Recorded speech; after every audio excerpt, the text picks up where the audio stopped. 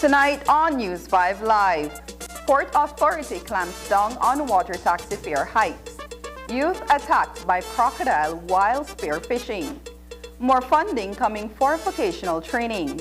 And the Ministry of Foreign Affairs explains why Belize abstained on this week's UN resolution on Russia. These stories and more coming up on News 5 Live.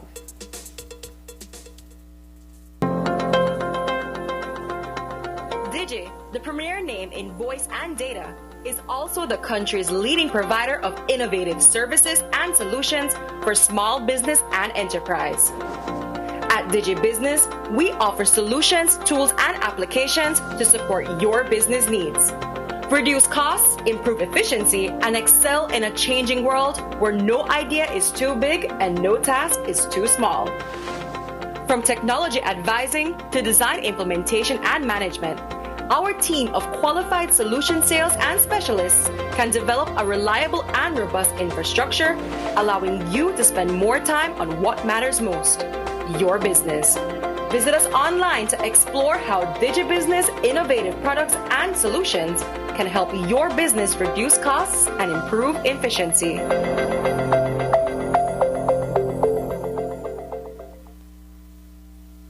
Your life just got a lot less complicated with Belize Bank Contactless MasterCard Debit Card. Introducing our Standard Debit and MasterCard Platinum Debit Cards. Now you can make purchases anywhere MasterCard is accepted with one tap, pay and go. Your contactless card never has to leave your hands, especially in these times. And your card is embedded with multiple layers of security. Platinum card holders get to enjoy extra benefits like price protection, purchase protection, trip inconvenience, and luggage protection, just to name a few. Start enjoying a cashless lifestyle today with the Belize Bank. Watch The Truth of God with Pastor Gino Jennings of the First Church of Our Lord Jesus Christ every Sunday morning at 8 a.m. exclusively on Channel 5 Belize. The Truth of God with Pastor Gino Jennings every Sunday at 8 a.m. on Channel 5 Belize.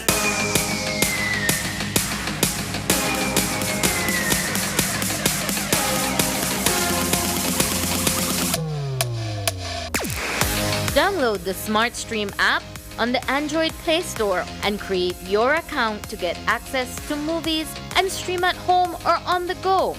Prepaid customers can purchase regular data packages or get a discounted rate on a special SmartStream package by dialing 7737.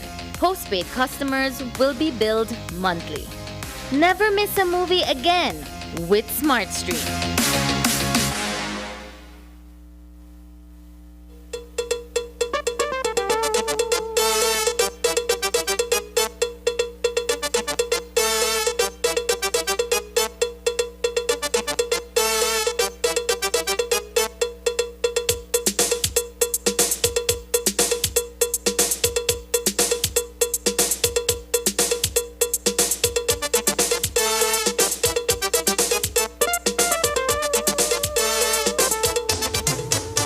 This newscast is brought to you by the Belize Bank Limited. Our country, your bank. Good evening. Welcome to News 5 Live for Friday, April 8th. I am Annalyn Apollonio. As Belizeans prepare for their Easter key trips, the Belize Port Authority is calling out water taxi operators for overcharging commuters. A release from BPA advises the general public that they have not approved any increase in passenger fares and any changes above the approved rates are unlawful and will not be tolerated. Commuters are being asked to report any attempts by water taxis to charge more than the approved rate and to provide evidence of such unlawful act to the Belize Port Authority. News 5 spoke with Major Gilbert Swaza, the Commissioner of the Belize Port Authority, who says yes, there are small charges for port fees, but excessive increases are not allowed and consumers should keep their ticket stubs as evidence. The law also makes provision for what is considered to be a passenger user fee, right? So that will be an addition to the approved passenger fare, right? And it's usually, let me say that if, for example, case of the Hokey Pokey water taxi in Independence, operated within the Independence and Placencia era. Their fares at this time, the approved fares at this time is $7.25 for adult.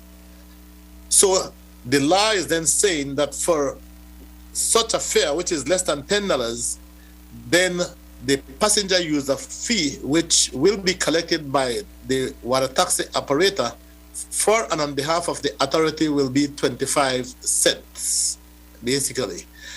In the case, as you are mentioning, let's use San Pedro Belize Express. So San Pedro to Kikaka or Kikaka to San Pedro, one way is $25, all right? So then it is saying then that for a fare that is $10 but less than $100, so they will be charging the passenger $25 for one way, right? So they'll have a passenger user fee added, which will be $1, right? So that is approved at this time. So there are two different things. We put out in the release the passenger fare, but the law also makes provision and stipulates a passenger user fee, which shall be collected for and on behalf of the authority by the water taxi operator. Now, the law also makes provision for the water taxi operator to display in conspicuous place at the terminal and in the vessel the approved fares. In the event that, as I had indicated earlier, that the passenger is being charged a fee which should be displayed, and if the displayed fee is like $25 but they are paying $30, then those people can keep a copy of that respective stub and then report that issue to the Belize Port Authority. According to Commissioner Swaza, there is a mechanism in place for water taxi operators to seek a justifiable increase in fares if deemed necessary. But any fare above what has been approved and published is illegal and unlawful. There is a process that if the water taxi operator who has a permit deemed it necessary for whatever reason, as it relates to inflation, as it relates to the increase of fuel, or whatever reason, then obviously there is due reason, there's due cause to then approach the Port Authority, justifying, right, the need for that increase, and then demonstrate the methodology that you use, that you're justifying to get that raise. Then the Port Authority will certainly look at the merits of that case in particular, and then certainly we will do our due diligence and then subsequently approve or disapprove. And then once it is approved, then they have, again, all obligation to ensure that the new rates are published in a conspicuous place. And for those who purchase water taxi tickets online, some water taxi operators offer their services in US dollars at a significantly higher markup via a reservation system on their websites. News 5 looked at one such site today using this Saturday's date. We found the price for a one-way from Belize City to Keycaulker to be $20 US. The currency was clearly marked for no misunderstanding. We asked Commissioner Swaza for some clarity on online ticket prices and whether this has been approved as a special tourist rate or for those who like the convenience of buying online rather than at the terminal. He says that is being investigated as well. Is there approval for, as I see with the Hokey Pokey, specifically tourist fare? And I ask because I know that some of these operators, they have fees online that are in US currency, and so much so that it doubles.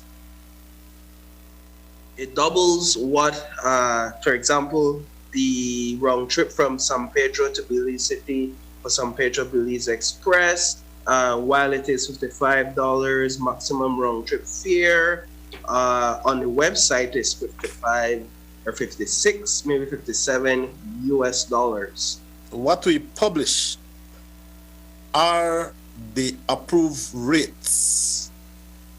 Anything outside of that, they are unlawful and illegal. As far as we are concerned, I have indicated that there's a mechanism where the operator can request for any specific fee to be approved given the justification. Any water taxi operator found guilty of such an offense shall be subject to a fine of $5,000 for each offense. The Port Commissioner may also revoke the license of any water taxi operator.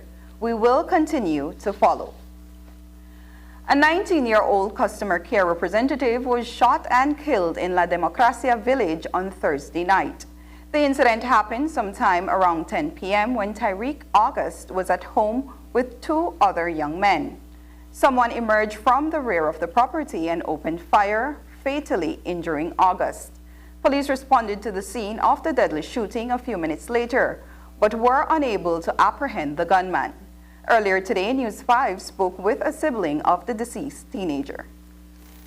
Last night, around leave it after 10, I'm in my room to lay down, and I just made a look to come over this side, we can do all in here, just me to do here, and then I hear pop, but I never know that my gunshot, I may take that pop shot, so I had to come outside for real up with the lead boy and I will live wrong here, because the baby to sleep. So then when my sister-in-law opened the door, I see my big brother run past the door, hurry. So I come back into my room and I open the window and I ask her, Bubs, what happened? And then same time police come and they let off a shot too, and then I see heap on the ground with hands and Terry met there by the door, limp, I never made a move. So then I start to cry and I ask Bubs, what happened? Then I come back outside and then my sister-in-law run come up to her. And then I walk over there and I scream because I say, and then I walk over there and then Bubs come and he hug me. And then we went up on the ground to cry, and then everybody started to come. It is believed that August's murder may be connected to an arson that also took place in La Democracia that same evening. Residents also reported hearing gunshots prior to the deadly attack on August. An investigation into both incidents is ongoing. The body of businessman Yu Chao Lee was discovered this morning floating in the sea in Crocodile town. Police were called out to an area on First Avenue along the seashore where they saw the body of a man dressed in a black pants and jacket suit, a light blue polo shirt, and black shoes. At the time of the discovery, the body had no signs of injury, and so it was being treated as a sudden death. This afternoon, 36-year-old Daquan Lee identified the body as that of his father, a 64-year-old businessman of 2nd Street, Crocodile town. The body was taken to the morgue at the Crocodile Community Hospital, where it awaits a post-mortem. Coming up, a crocodile attack near the Key Cocker Split. What you can do to protect yourself when we return.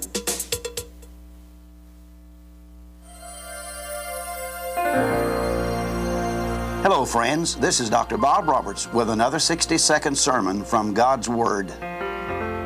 The Bible says, He must increase, but I must decrease. He that cometh from above is above all, or as another translation says, He must become greater and greater, and I must become less and less. King Louis XIV of France called himself the Great. Following his death, the cathedral where his body lay in state was dimly lit with one single candle set above his coffin to dramatize his greatness. At the memorial service, Bishop Massillon rose to speak to thousands, and he reached down and snuffed out the candle and said, "Only God is great." While the tendency of man is to experience greatness, our greatest goal should be that of living such a life that the greatness of God is magnified. The world always has sought to make men great, often at the expense of God's goodness. It was so in the days of John the Baptist. His followers sought to magnify his greatness, but John's response was simply, "He must increase, but I must decrease." Having been on television in Belize for over 30 years, one of my greatest fears has been that people will come to know more about Bob than they do about the God of Bob. God has a way of humbling all of us and snuffing out our candle of greatness, as he did with King Louis XIV of France at his funeral. The motto of every follower of Christ should be that of John the Baptist: I must decrease, he must increase. When this becomes a reality in our lives, then the world will truly stand in amazement and say, "How great is your God." Today's 60-second sermon has been presented by Christian Foundations of Faith in cooperation with the Baptist churches in your area.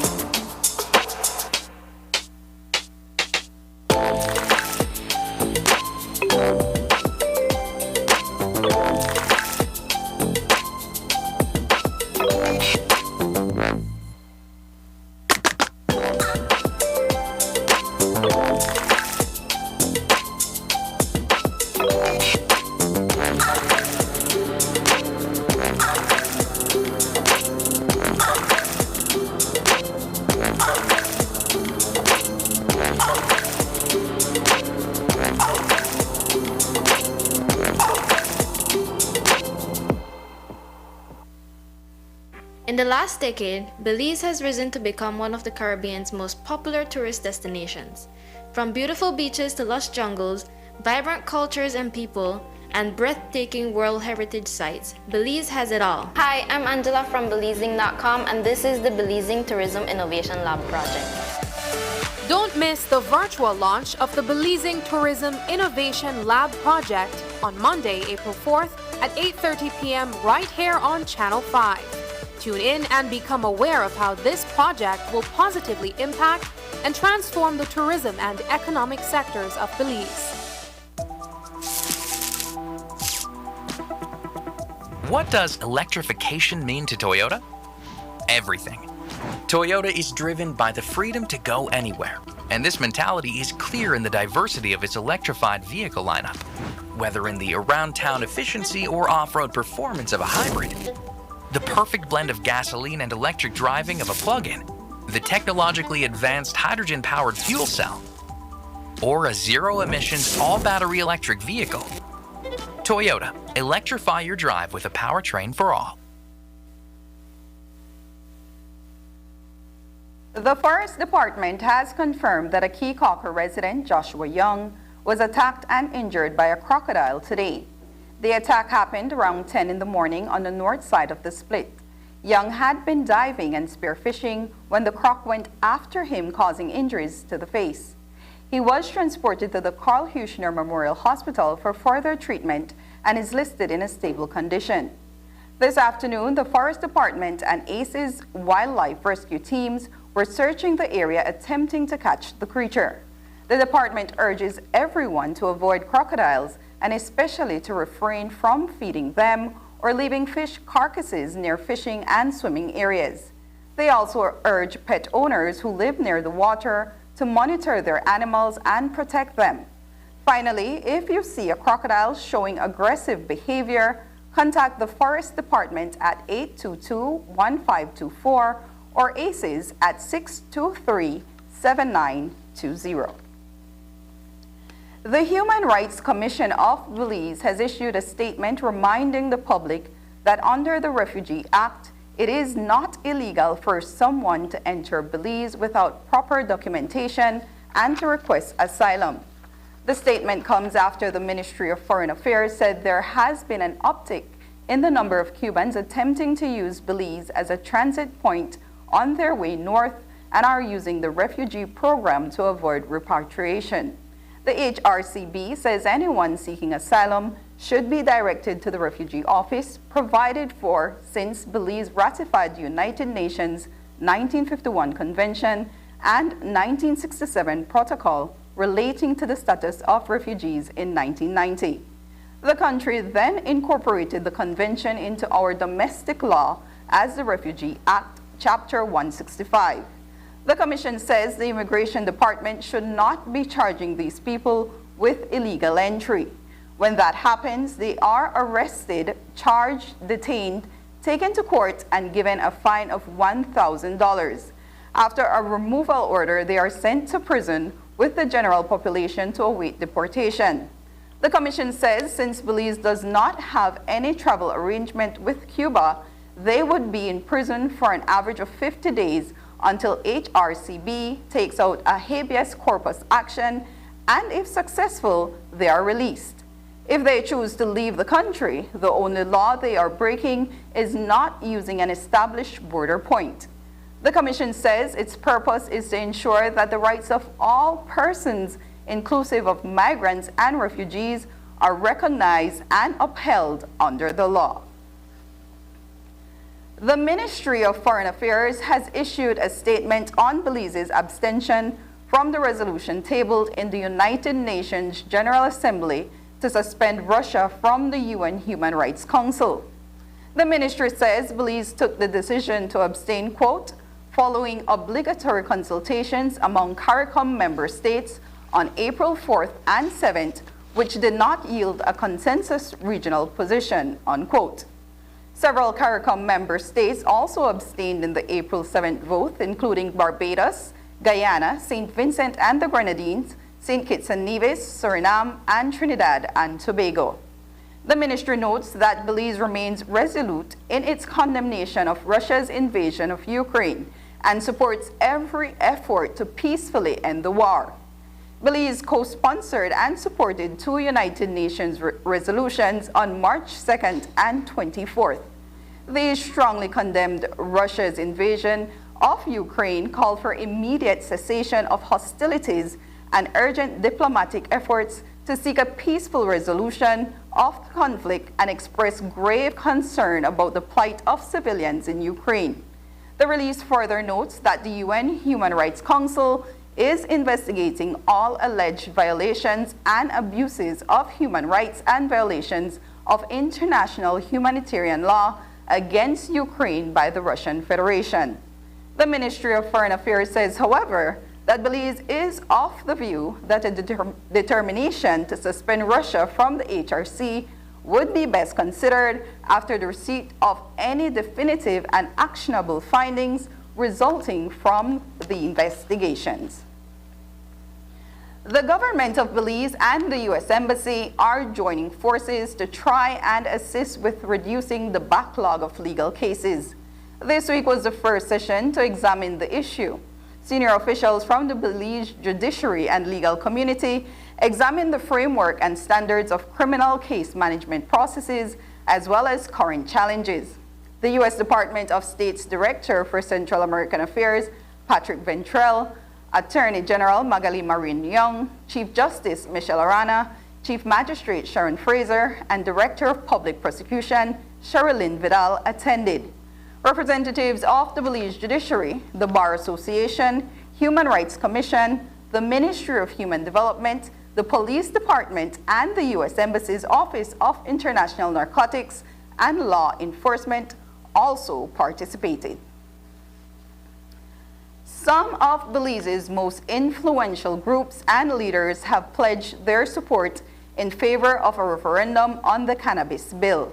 In a latest addition to those calling for a referendum, businessman Lord Michael Ashcroft tweeted today that he agrees with former Prime Minister Dean Barrow and will also be signing the petition for a referendum on the issue.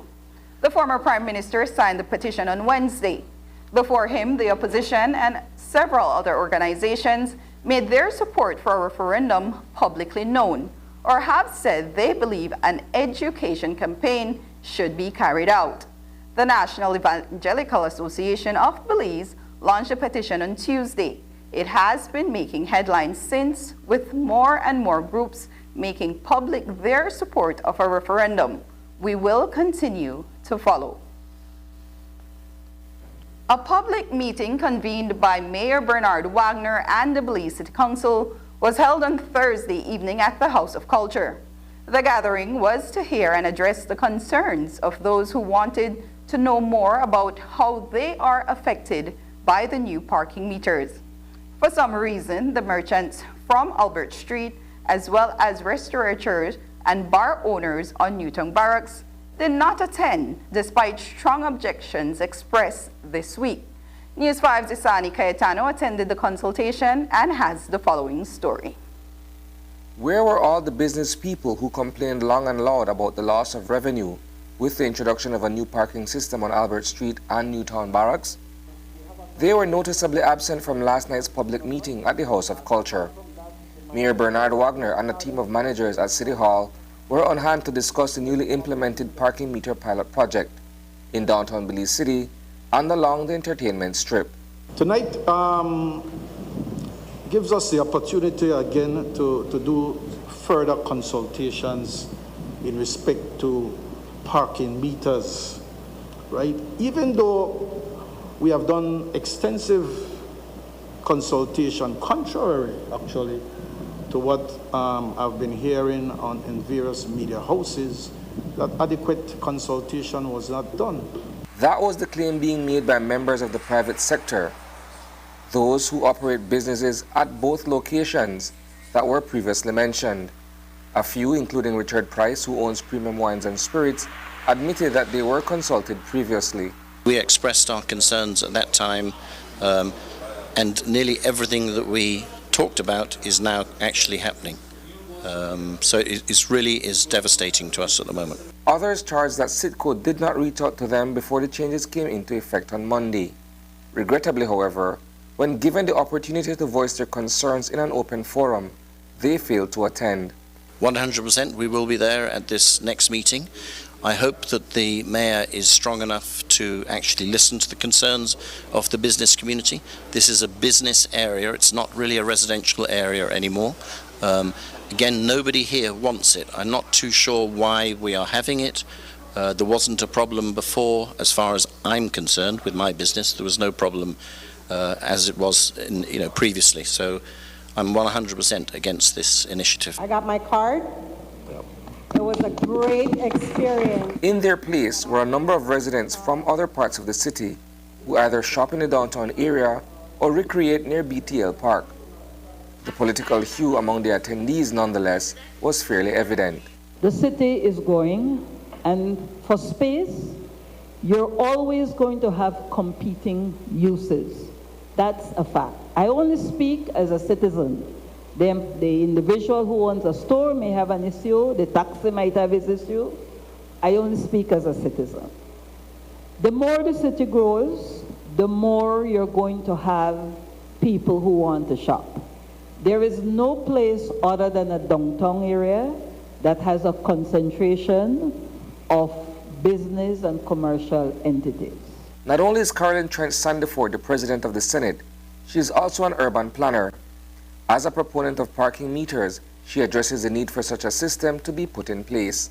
You can use it for a short period or you can use it for a long period. It's up to you to decide how long you want to stay there and how much money you're going to pay. If you don't want to park there, at least I see, you still have options where you can drive on the outer streets and park. I think in many cities throughout the world that I have been, I have never known that they had preferred and preferential parking other than for safety, fire, ambulance, that kind of thing. So what are the consequences for drivers who overstay their allotted time in a metered parking space? Will they be ticketed or booted? Again, during this pilot project, no booting will occur, right? It's just, we have discussed it at the caucus level in respect to eventually reaching the point where the legislation is up to date so that we could commence booting. But during this 1 year period, there will be no booting. We'll just use the ticketing system in the interim. Proprietors maintain that parking meters are simply driving away business. I can't go on a whim now. I can't stop at any of these places on a whim, I'm driving home and I say, hey, I feel like a cold bear, let me stop at Thursdays. I can't do that anymore. I have to go and buy a card and then walk down the street to go and put it in a meter. And so I won't go. I'll go to somewhere that is more convenient. So they're killing us. To that, Mayor Wagner encourages them to think outside of the box. Out of challenges, you have to become innovative. And so I challenge all the business owners on the entertainment strip that do not have the parking for their patrons to become innovative, man. Don't blame the meter, right? Don't blame the meter. Reporting for News 5, I am Isana Cayetano. After the break, doing more to fight poverty in Belize. But first, here's the latest COVID update.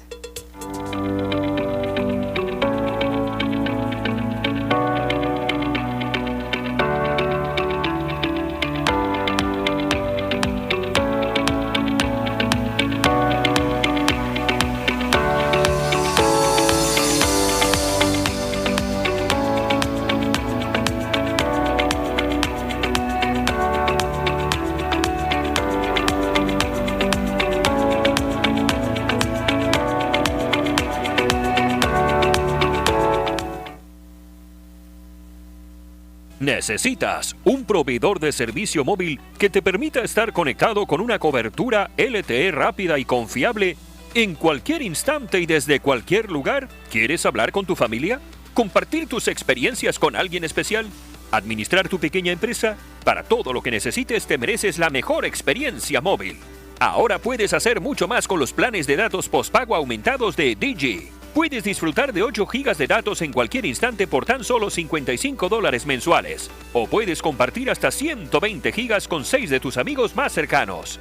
Estos son más datos LTE para que disfrutes durante el día, por las noches y los fines de semana sin restricciones. Disfruta a lo máximo con más datos para llamadas y mensajes ilimitados en todos los planes postpago de Digi. Visita la tienda Digi más cercana para inscribirte hoy. Solo necesitas una identificación válida y un comprobante de domicilio. Únete a la red de mayor velocidad y cobertura en Belice. Para más información visita nuestra página web www.livedigi.com o envíanos un mensaje a través de WhatsApp o Facebook. Digi, nuestra telecomunicación nacional.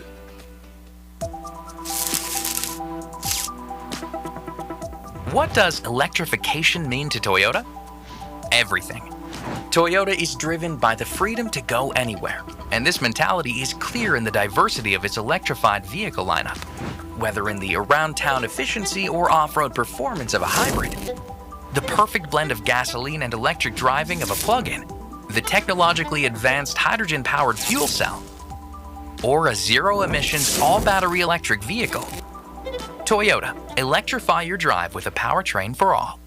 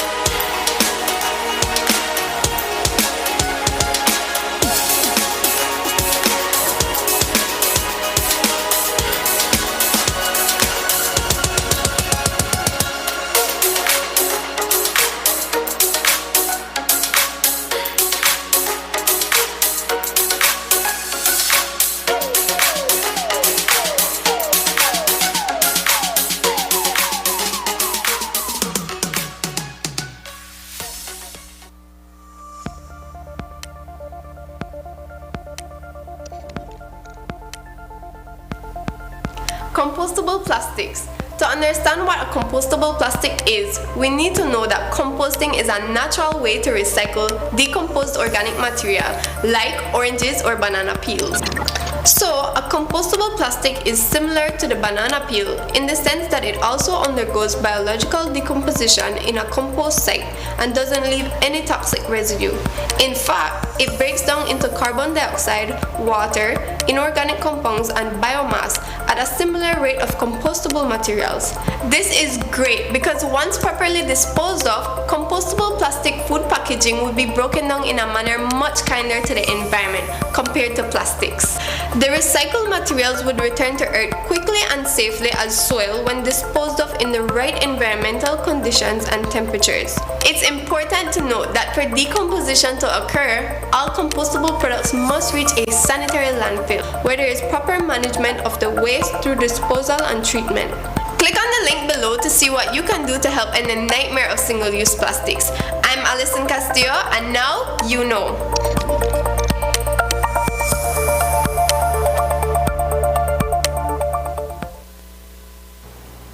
It's a time of year where birds build nests so that their babies can hatch. So the American Crocodile Education Sanctuary in San Pedro encourages people who want to trim their trees to either wait for another few months or to be extremely careful if they decide to do so now. It's nesting season for the birds. So a lot of them are preparing nests, so they're collecting and they're trying to find really strategic spots that are going to be safe, that are going to hold up against winds, that's going to be protected from predators. So they are very particular about where they're going to put that nest. A lot of work goes into it.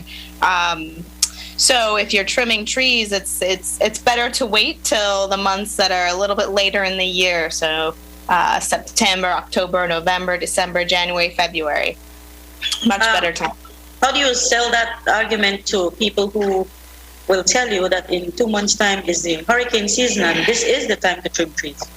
Yep. That's a good point. If you're going to trim trees right now, the best thing you can do is look at where you're going. Look at where you're going to trim.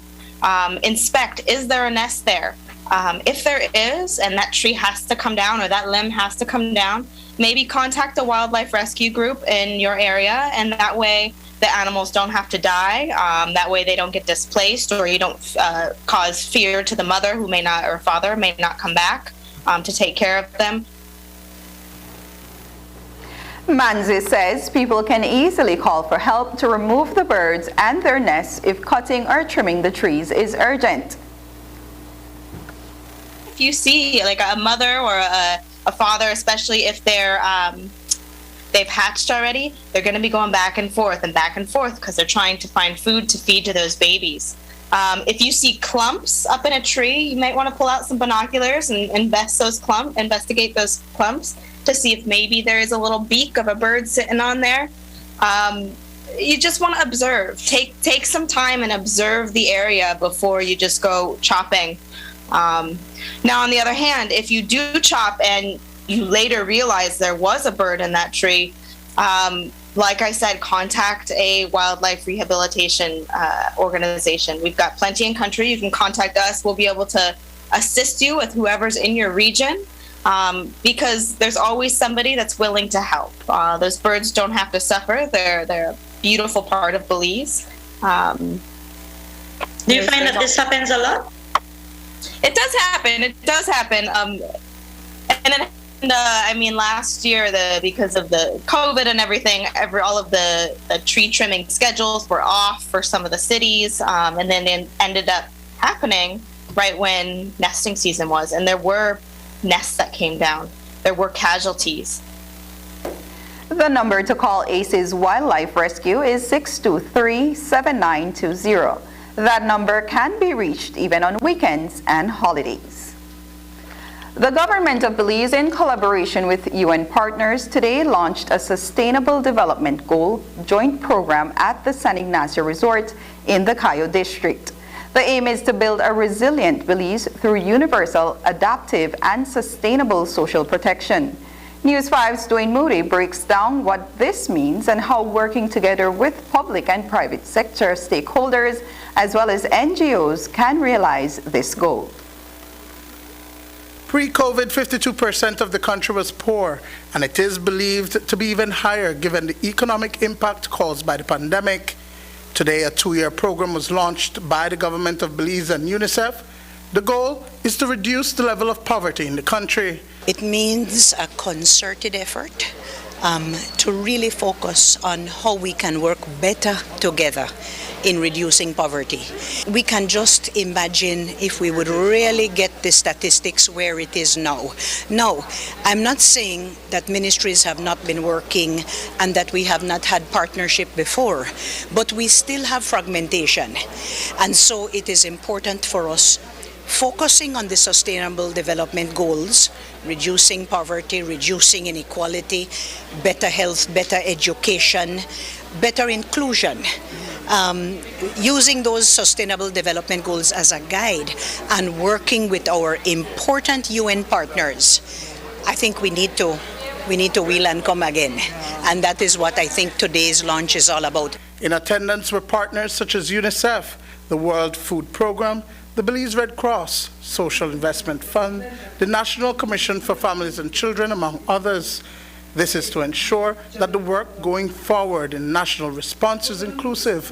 The program is funded by the UN Joint SDG Fund and is dedicated to the Building Resilience and Ending Vulnerability in Small Island Developing States initiative.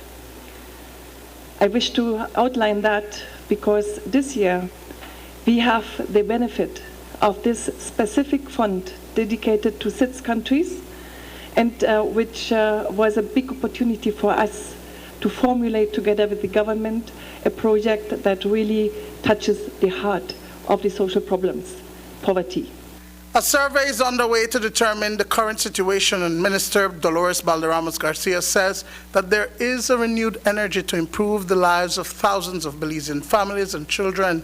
We have what we call a social protection floor, which means you mustn't go below those types of protections that are given. If we work smarter and more efficient, we will be able to establish that floor that we must not go beneath, and then we increase the coverage. Because, knowing that really in terms of the real indigence of children in the most needy areas, we don't have the protection that we need. That means we have to do that wheel and come again so that the children who need it the most can get the level of protection.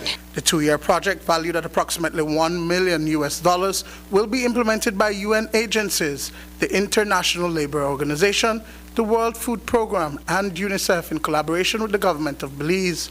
Dwayne Moody for News 5.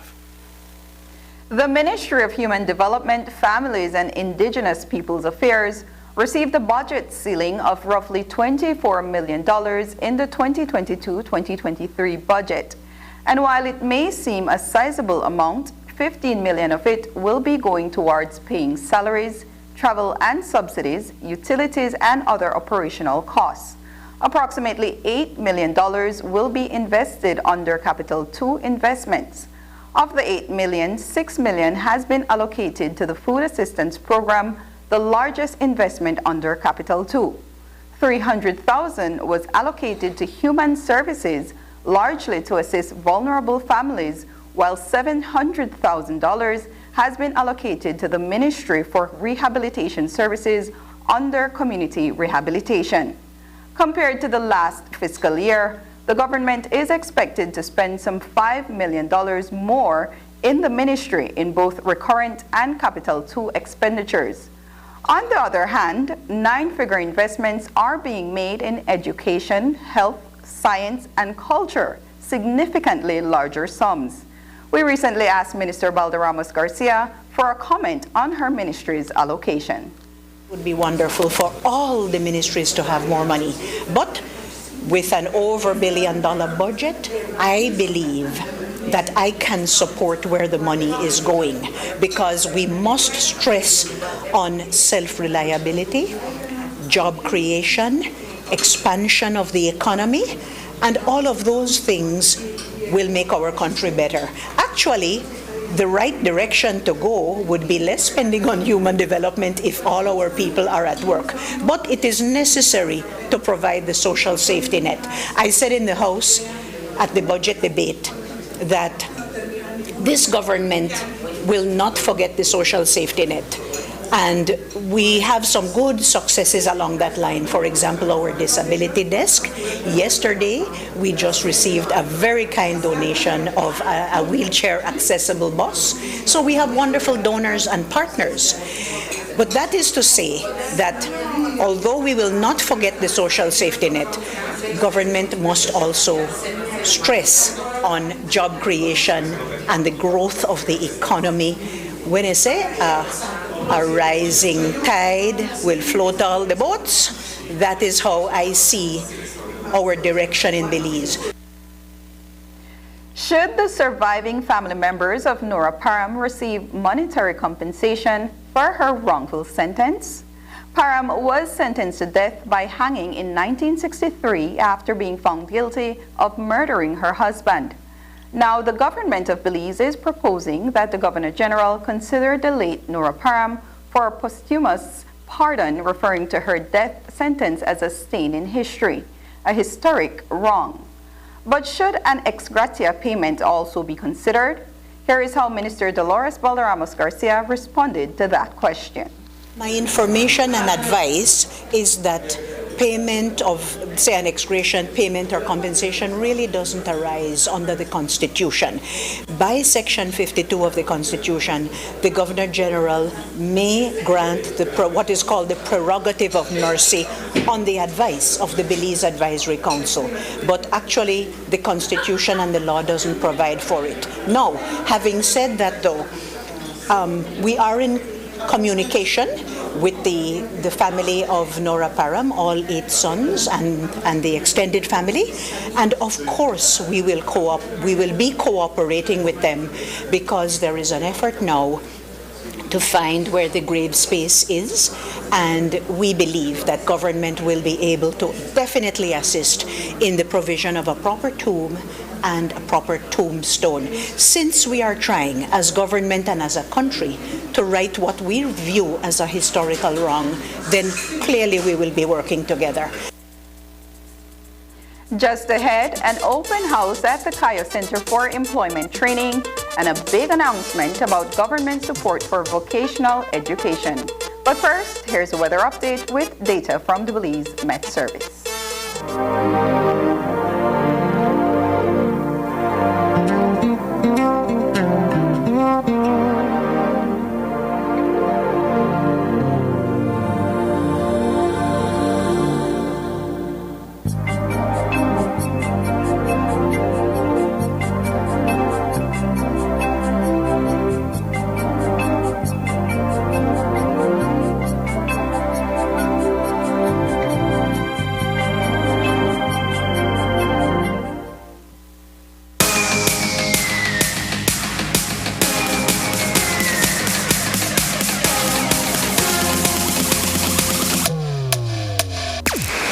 Download the SmartStream app on the Android Play Store and create your account to get access to movies and stream at home or on the go.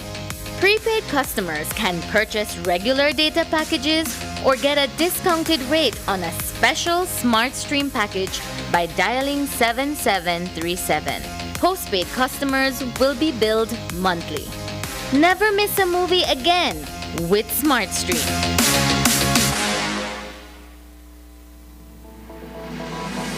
Applying for a Social Security sickness benefit?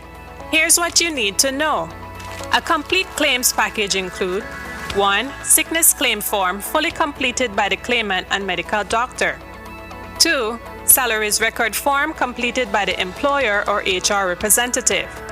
3. Proof of bank account such as bank book, online banking, or statement displaying your name and account number.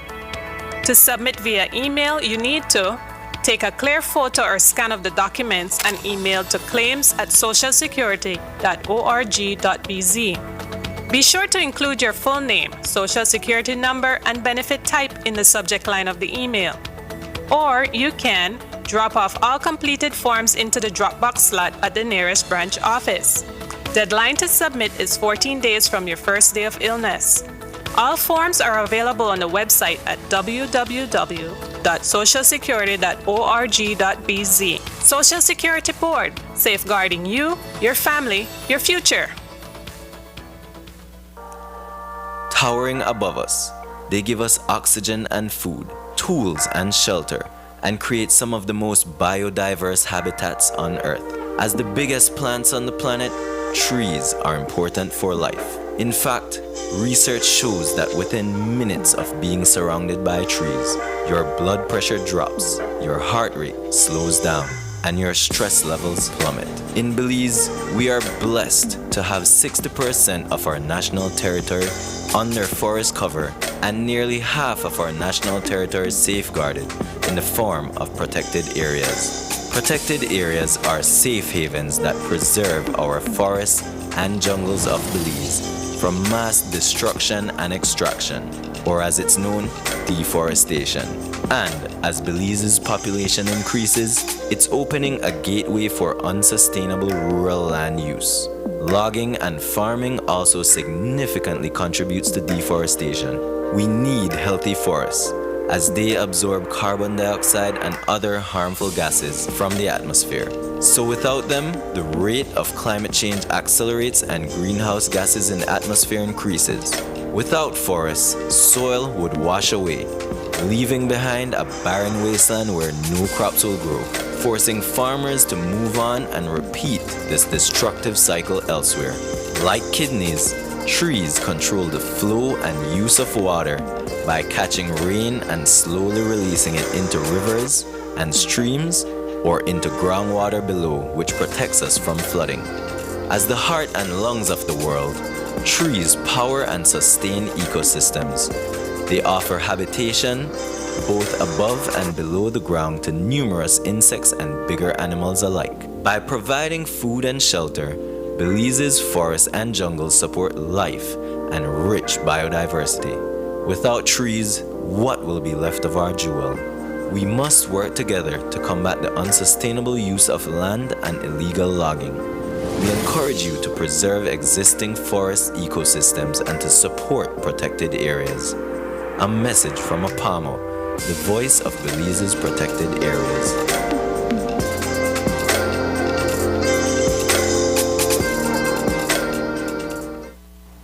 The Christian community in Belize officially begins its recognition of the Easter celebration this Sunday with Palm Sunday. When News 5 spoke with Bishop Philip Wright on Thursday, he gave us a brief Easter message about the significance of the resurrection in this season. My quick message this Easter is, perhaps this year more than ever, the whole concept of resurrection should have new meaning. As we are climbing out of COVID and climbing out of restrictions, embracing a new freedom again, I hope people will also reflect on the freedom Christ brings us through his resurrection and make that a part of our lives and our well-being. While Christians prepare for the Holy Week next week and Easter next weekend, April 1st to May 1st is considered the 9th month of the Islamic calendar, observed as a month of fasting. Leader of the Ahmadiyya Muslim Jamaat in Belize, Imam Naveed Mangla, told News 5 that fasting and good deeds are among the most important activities Muslims engage in during this period called Ramadan.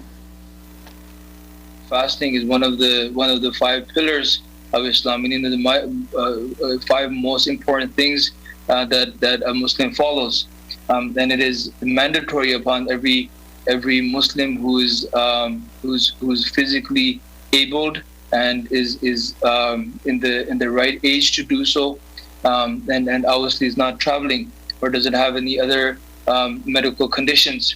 So the timings of it is that it's pre-dawn, which in Belize is about 4:30 in the morning till sunset, which nowadays for us is about 6:15, so about 14 hours or so.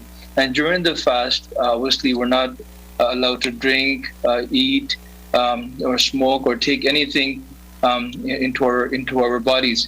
And the whole purpose is to educate us to be grateful of the things that God has granted us. Because when you're hungry all day, and at the end of the day when you're eating, one thought that comes to your head right away is that how fortunate we are to have something on our table by the end of the day, and how there are so many other people that are forced to live their lives like this, that they don't have that meal that we get to have. In connection to Ramadan is that we will be providing 500 pantry bags to the needy people here in Belize, and we're doing it. Distribution is being done from 3 different headquarters of ours, mainly here from Belize City, then from Orange Walk and from Belmopon. A new 2-story school building with 6 classrooms, a fully equipped computer lab, and a special education center is now a highlight feature of the Louisiana Government School compound in Orange Walk. The Ministry of Education, in partnership with the Belize Social Investment Fund, officially inaugurated the building on Thursday. The building also includes offices, bathrooms, and storage spaces, and an access ramp to provide ease of access to the first floor for people with disabilities. As part of the project, provisions were also made for furniture in the form of desks, tables, and chairs, along with musical instruments and other resources for the Special Education Center and pedagogical training for the entire staff of Louisiana Government School. The cost of the project totaled $1,300,000. The funding was made possible through the Caribbean Development Bank's Basic Needs Trust Fund and the government of Belize. Today, News 5 was back at the Center for Employment Training in San Ignacio, this time for an open house attended by members of the Cayo business community. While the 2 days of activities are to showcase what the school offers, it was an announcement by Minister of Education Francis Fonseca that is sure to get attention. News 5's Dwayne Moody reports. We have established a scholarship program specifically for the IT vet sector. We're also engaged in a 3-year project that will see meaningful investments in improving the capacity of the IT vets equipment, upgrading the equipment, and also a focus on technology. It will be a significant investment, but we certainly are looking at somewhere in the region of $10 million over the next 3 years investment in the IT vet sector. $10 million, that's the budget that has been set aside by the Ministry of Education for improvements at the technical and vocational centers across the country. The IT vets and centers for employment training build the capacity of its students to meet the demands of the workforce. Minister of Education Francis Fonseca says, gone are the days where these centers are considered mainly for those who are not academically inclined. Any investments we make in that sector we see as critically important to the national development of Belize. And the tremendous work that they've been doing here at Cayo Set has really been trailblazing, along with the Orange Walk IT Vet. They have really been models of what can be accomplished when you have a plan and you invest in technical vocational education and training. For us at the Ministry of Education, human capital is critically important to national development. And that is what technical and vocational education is all about. It's about investing in human capital. It's about workforce development. It's about equipping our people with the skills and knowledge and information they need to create employment and to find employment. We are absolutely committed to the development of this sector. There are a number of programs that the institution offers, and they were all on display today. From the traditional skills training programs in mechanics, plumbing, and carpentry, the institution has evolved to also offer 2-year programs in tourism and hospitality and cosmetology, among others. Cayo Set is being defined as the leading technical vocational institution in Belize. One of our slogans is, "The future is in our hands," and technical vocational education is skills training, capacity building, and it's for the future workforce. And so on display, we will have just that. The proof is in the pudding, and today we want you to experience this with your own eyes. Take a look at how talented and how gifted and with a lot of hard work and dedication and commitment, what these guys have produced for you today. We have partnered with other institutions. It's been a lot, so I don't want to mention everything, but some of you all are here today representing your institutions, and I want to thank you all for the level of cooperation. We have built this institution to a level that we are not satisfied yet, because we can go farther than where we are today, and farther we definitely will go. Partnership with the private sector is critical because the services offered at the school are to meet the needs of the workforce. Dwayne Moody for News 5. Up next, think bodybuilding is just for young people? On tonight's Bright Side, we have a woman who is showing what women in their 50s can do. Stay with us.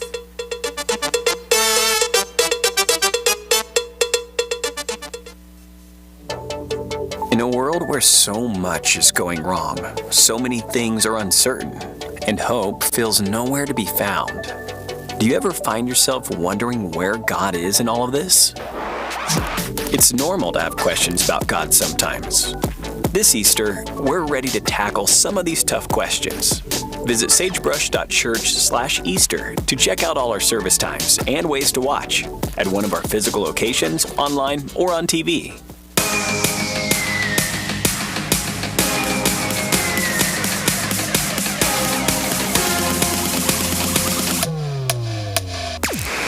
Download the SmartStream app on the Android Play Store and create your account to get access to movies and stream at home or on the go. Prepaid customers can purchase regular data packages or get a discounted rate on a special SmartStream package by dialing 7737. Postpaid customers will be billed monthly. Never miss a movie again with SmartStream.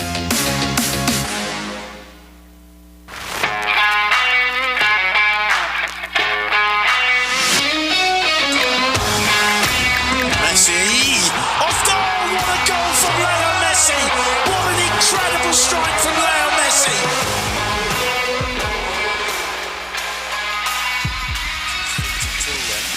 Neymar and Messi standing over this.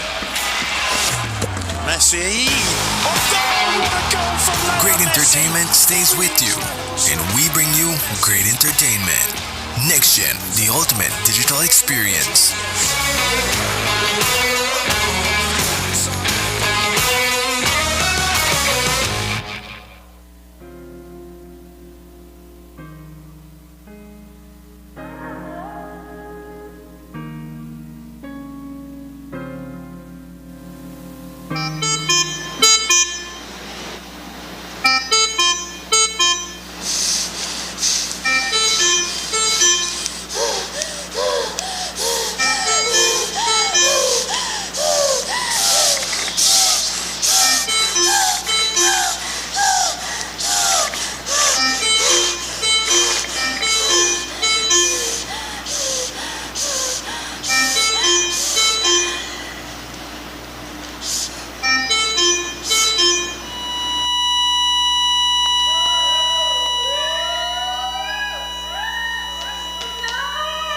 This can be you.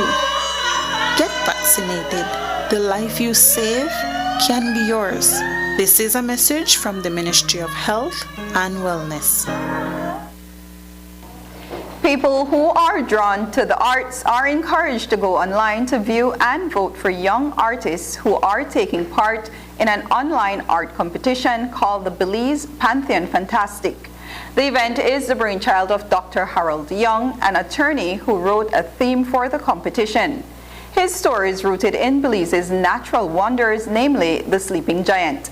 While some people say the sleeping giant lies along the Hummingbird Highway, there are others who argue that the George Price Highway near Gracie Rock also has a series of hills that could be where the imaginary giant sleeps. The professor has created a platform to release some pent-up Belizean creativity to create a virtual exhibit complete with 3D imagery. We have all the entries in, and we're now launching the virtual exhibit. So we have a 3D exhibit that all of Belize, the public and the whole world, can go and look at the work and see the sponsors, see the story of the Sleeping Giant, which is the base story that frames the artwork. And also there will be a interactive component where the viewers can vote on which piece they like the best. So there'll be a Viewer's Choice Award along with the other awards. I felt that because of the pandemic and with schools being in flux and unemployment, because of course not all people in that age are in school, I felt that there might have been some frustration and some pent-up creativity and energy. So I thought it would be good to try and tap into that. One of the things that we also wanted to do is to try and identify new artists who may never had a platform before to exhibit their work. Young says the story he wrote for the Pantheon Fantastic competition was inspired by memories of road trips with his father. He shared more of the story he crafted and said interpretation of our Sleeping Giant lore could be used by carnival bands in September. The story is about a mythical giant who moves around the world and creates features around the world, the oceans and mountains, and so he goes around the world and he ends up in the Yucatan Peninsula and finds this corner and likes the corner and creates the blue hole, the barrier reef, the mountains, the rivers, and the mangrove plains along the coast. And then he gets tired and decides to go to sleep and take a nap. And he's been napping ever since, and that's what we call the Sleeping Giant in the mountains.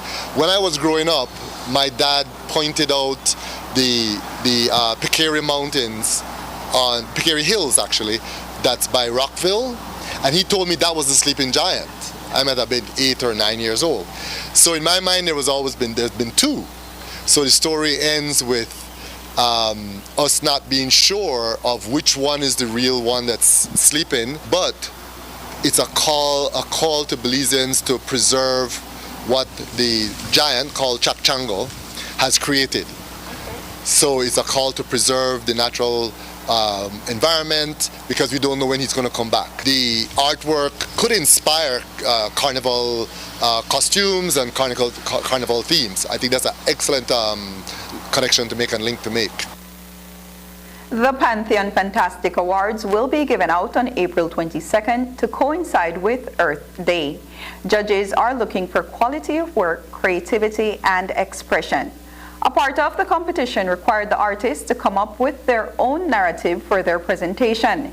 Young said he was impressed that all the artists decided to do so on their own rather than partner with a writer to get that part of the work done. Musical artists and others who engage in other types of art can look out for competitions in their fields in the future. Dr. Young also thanked 2 special contributors to this year's Pantheon Fantastic.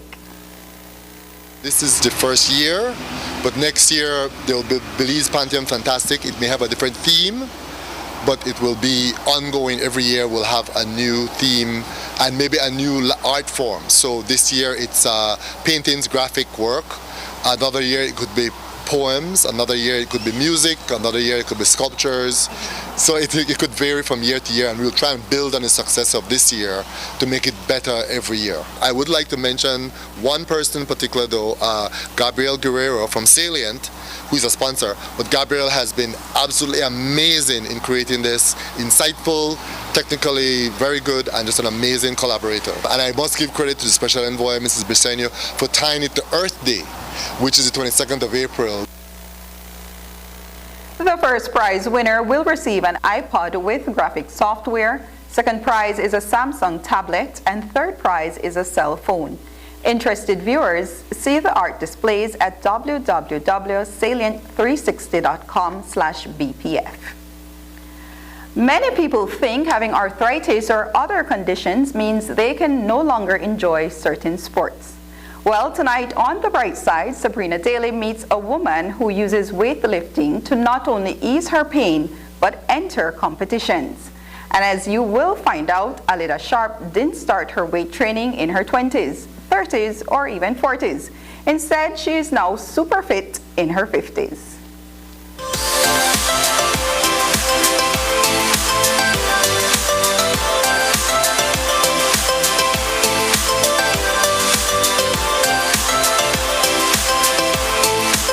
days away from the Easter holidays, and if you haven't gotten your Easter bodies ready yet, you might want to prepare for summer.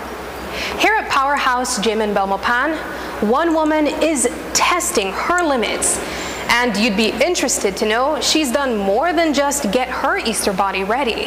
At 58, the oldest competing female powerlifter is getting ready for a powerlifting competition.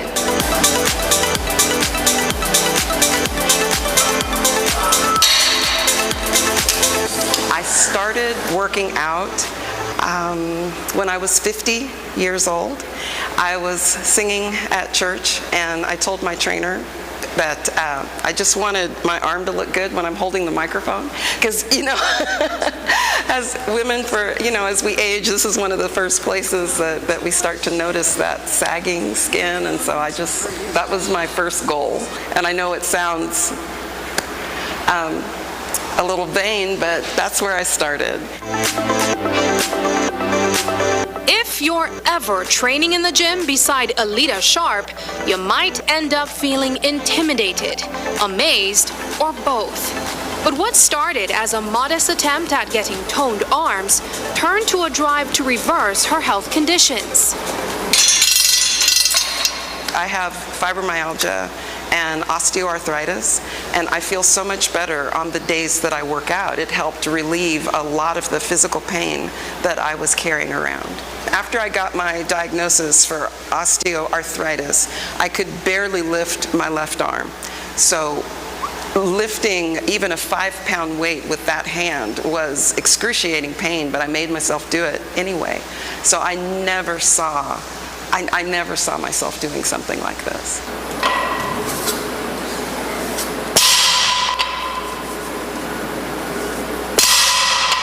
And that's something she speaks of is powerlifting.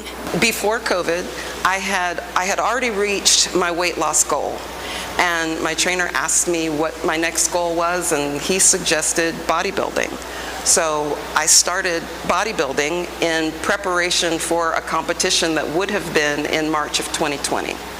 And with bodybuilding, you have to gain weight, work on the muscle development, and then you cut the weight so that the muscles get revealed. Well, because of COVID, the shows I was going to compete in kept getting canceled. So I had to bulk cut about 3 times. And I was considering doing that again last year because I wanted to compete in a competition that would have been in November.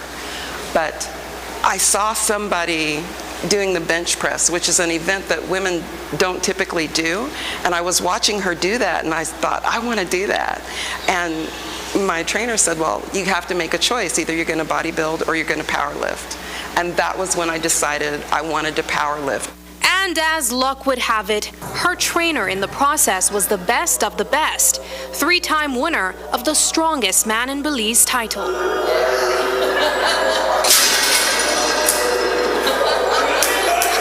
At my age, I don't want to lose muscle mass. Muscle mass is so important, to our health, especially as we age.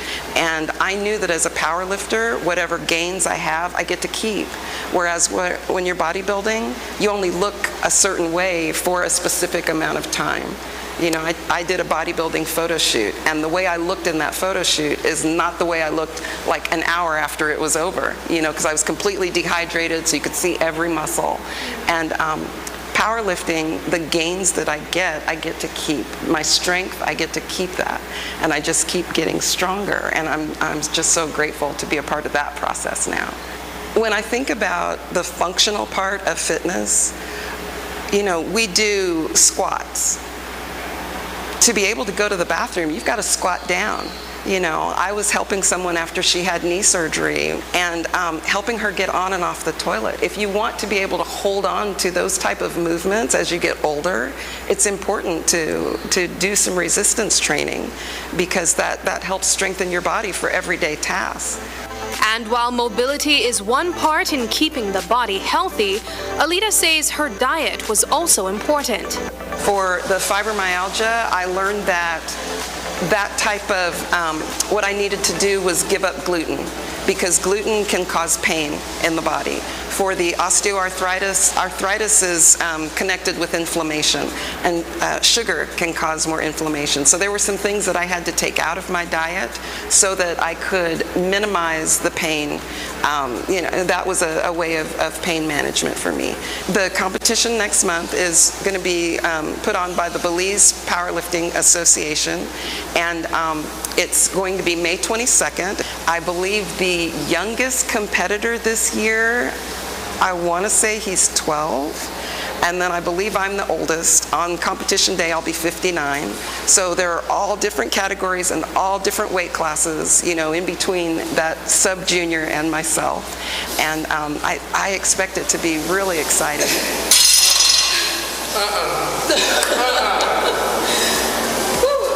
Looking on the bright side, I'm Sabrina Daly. And that's the news. Tonight's broadcast is available in both text and streaming video at channel5belize.com. You can also connect with us on our Facebook page at facebook.com/News5Live. I'm Annalyn Apollonia. Thanks for joining us. And from all of us here at News 5, please remember to wash your hands, keep your social distance, and stay safe. Good night.